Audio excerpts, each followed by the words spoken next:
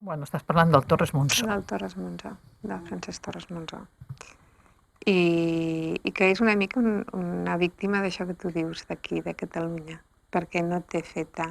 A veure, dintre del que seria el context local ja li han fet una sèrie d'estudis, sobretot exposicions, almenys a l'Ajuntament li va fer una l'any 89-90, que va fer com un primer catàleg que està per aquí, de la seva obra.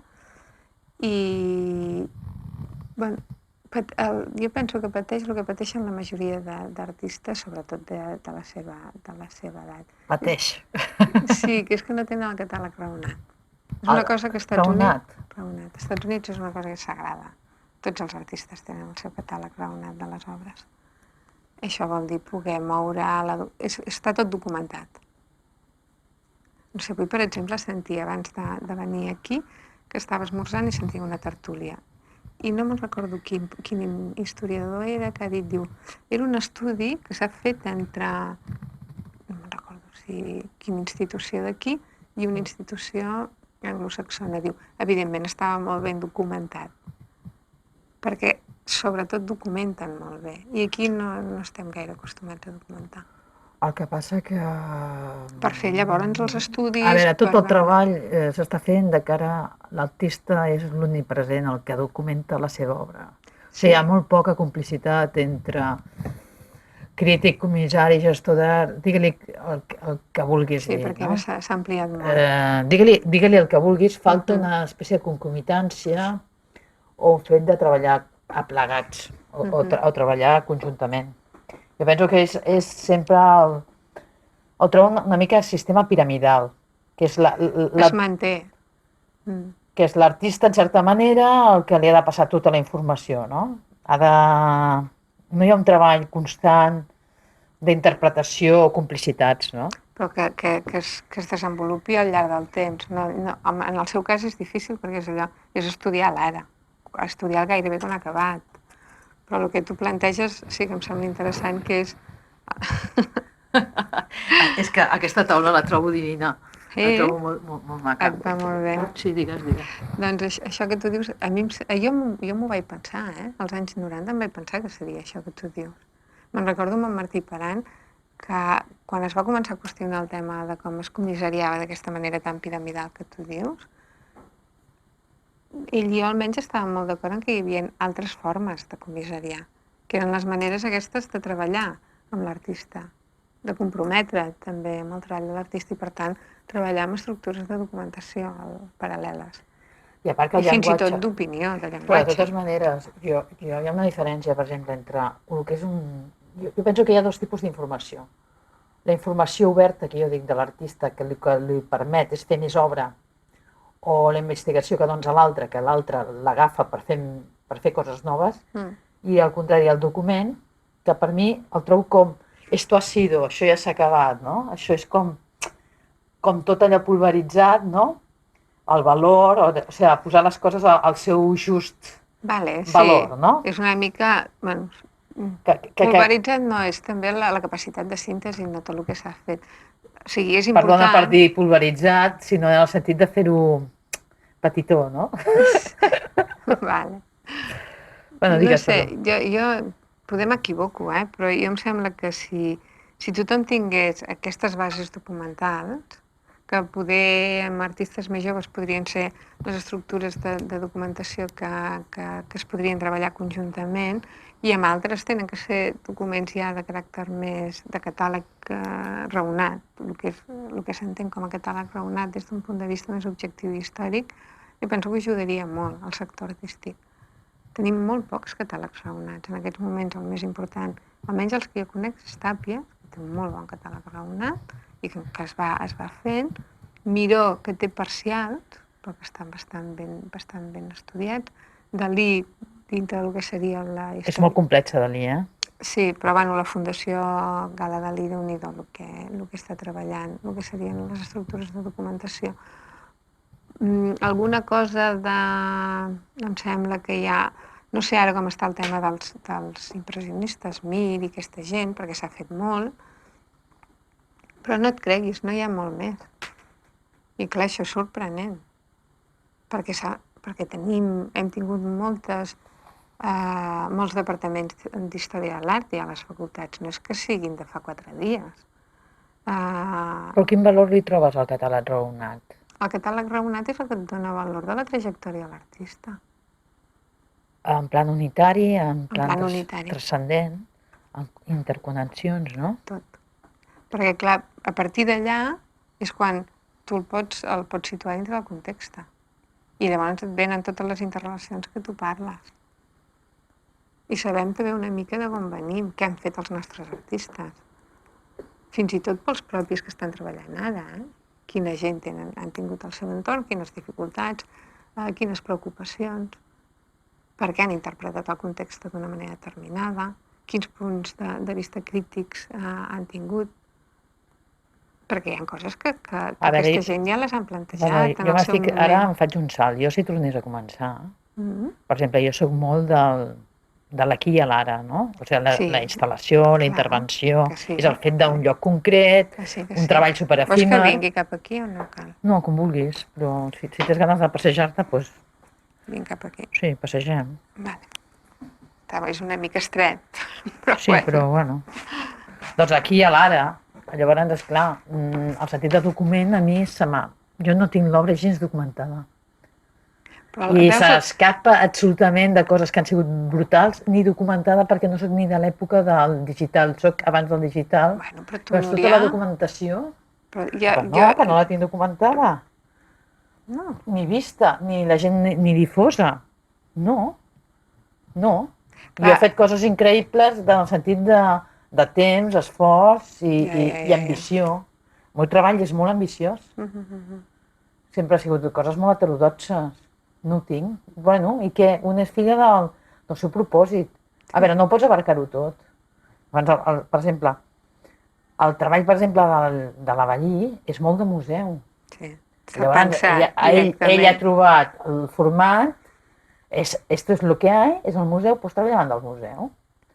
I el seu treball és el mínim esforç, diguem-ne, de gasto de tot, d'infraestructura perquè s'adapti al museu. Sí, però bueno... Estàs d'acord amb mi, no? Sí, però això no treu que el teu també es tingui que documentar. Jo no dic que estigui jo dic que no el tinc. Ja, i a mi em sap molt de greu. I no el tindré. Però per què no vol? Hi ha coses que s'han perdut. S'han perdut. I com jo he llançat obra. Bueno, però això va molts. Però t'estic dient, i quantitat de gent que se li està perdent l'obra, molta, I això és una pena, perquè com a país què en fem de tot això, doncs? Ho planarem de gent de fora? Perquè són els que documenten, estudien i treballen els seus artistes. Arribarà un punt que, esclar... No sé. Però m'entens el que jo vull dir-te? No és una cosa aïllada, jo no soc aïllada, jo formo part d'una generació. Tu formes part d'una generació que jo creia que ja començava a documentar. I a part de que jo passo de fer-ho tot, la meva obra, jo m'estimo més documentar els altres, aquest treball que estic fent. Sí, el que estàs fent. Perquè és viu. És un treball viu. És que jo, per exemple, de la manera que et dic això, penso, podem equivocar, però és de la manera que... A veure, jo el catàleg que jo estic fent d'en Paco, l'únic que té de digital és el suport, perquè ho treballo amb una base de dades. El format del que seria aquesta base de dades és clàssic. El mateix puc fer amb digital que amb analògic. Agafo una fitxa, treballo totes les dades i allà estan. Facilitats de treballar-ho amb la base de dades, creuaments d'informació, la rapidesa que et dona el programa, entre cometes.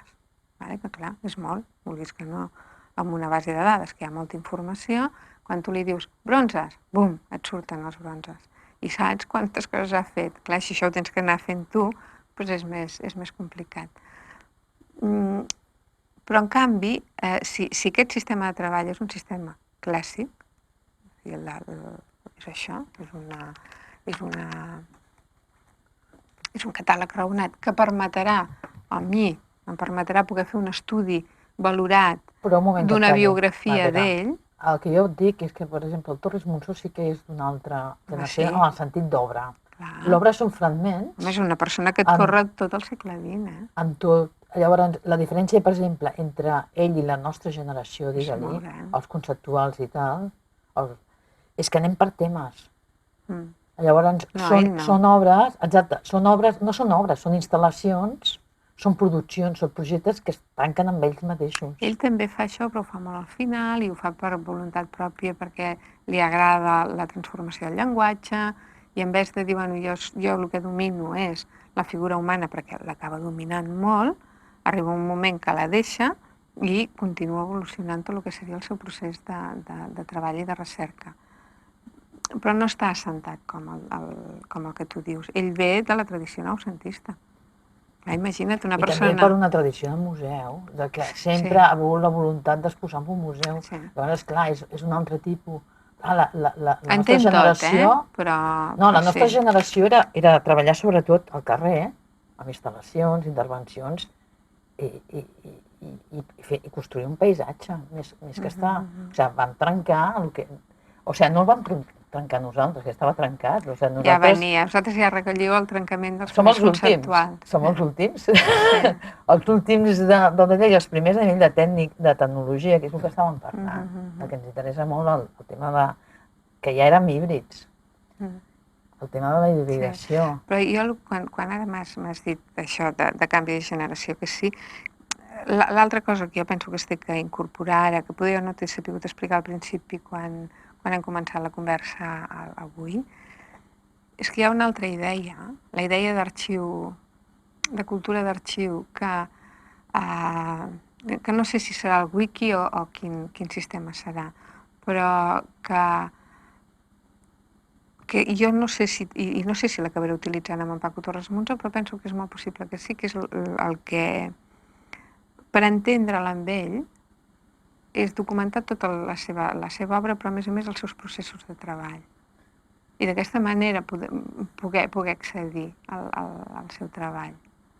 I això sí que les noves tecnologies, d'una manera molt més sintètica que el que és l'arxiu entès d'una manera tradicional, més analògica, ho permeten. O sigui, documentar, per entendre, per exemple, una institució, documentar tots els processos d'aquesta institució.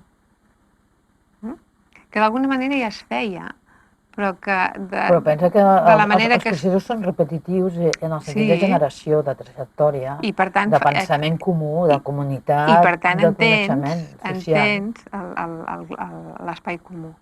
Sí.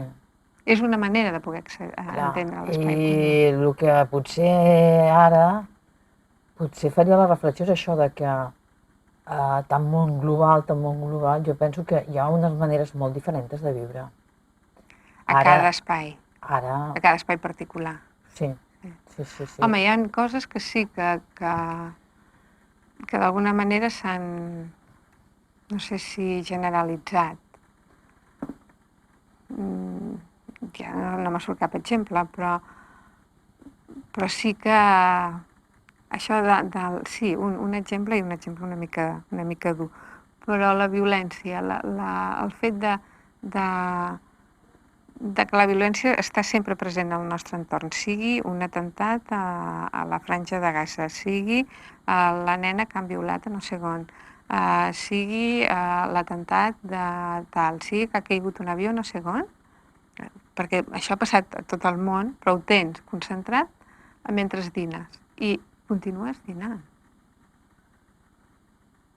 Llavors, això sí que s'ha globalitzat una manera d'entendre, potser... I a més, i també que els telediaris s'han de neutralitzar la capacitat de resposta. S'han convertit una mica amb el caso, saps? Amb un instrument de poder, de dir, tantos muertos, dirigeixen molt la informació, però com volen. Amb un estat una mica de la por. Cada vegada més. I això sí que... Hi ha un interès. Però, en canvi, les vivències particulars, jo estic d'acord amb tu, que són molt particulars, de cada context. Sí, i arriba un punt que particulars potser, però és que ara és individualisme, i aquest individualisme a mi no m'agrada. Aquest ja ve de fa molts anys, ja. Individualisme?